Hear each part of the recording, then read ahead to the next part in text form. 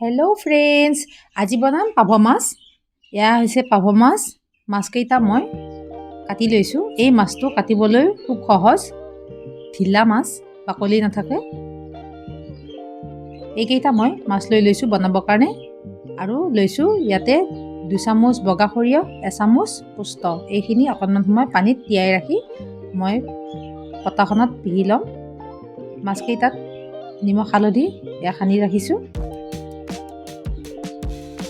আৰু এইখিনি মোৰ ইনগ্ৰেডিয়েণ্ট।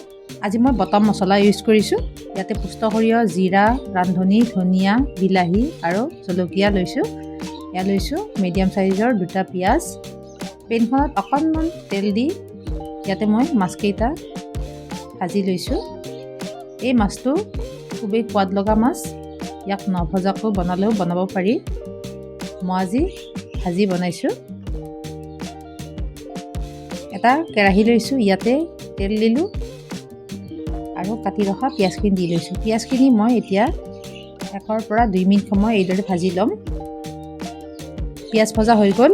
এতিয়া মই ইয়াতে ভটি ৰখা মছলাখিনি যোগ কৰি দিলোঁ। মছলাখিনি মই এতিয়া অকণমান সময় ভাজি ল'ম। ইয়াতে নিমখ আৰু হালধি দি লৈছোঁ। ইয়াতে অকণমান পানী দি মই মছলাখিনি ভাজিছোঁ, কাৰণ মছলাৰ কেঁচা এটা গোন্ধ আছে। সেই কেঁচা গোন্ধটো গুচি যাব এইদৰে ভাজি ল'লে। এতিয়া ইয়াতে বিলাহীখিনি দিছোঁ। বিলাহীখিনিও মই 1 মিনিট সময় এইদৰে ভাজি লৈছোঁ।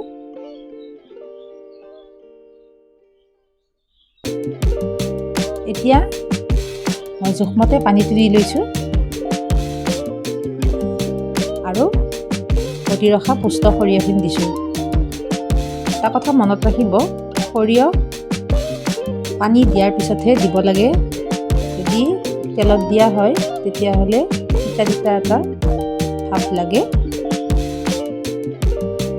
মই মাছকেইটা দিছোঁ। ঢাকোন লগাই মই 4 পৰা 5 মিনিট কুক হ'বলৈ দিছিলোঁ।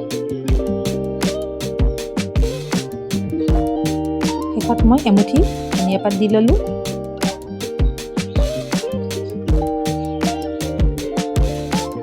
মোৰ তৰকাৰী অলৰেডি হৈয়ে গ'ল। ঢাকোন লগাই মই গেছটো অফ কৰি দিম। ছাৰ্ভ কৰিবৰ কাৰণে মই এখন প্লেটত এইদৰে উলিয়াই ল'লোঁ। এয়া ৰেডি। আজিৰ ভিডিঅ'টো চাই যদি ভাল পাইছে তেতিয়াহ'লে এটা লাইক কৰিব।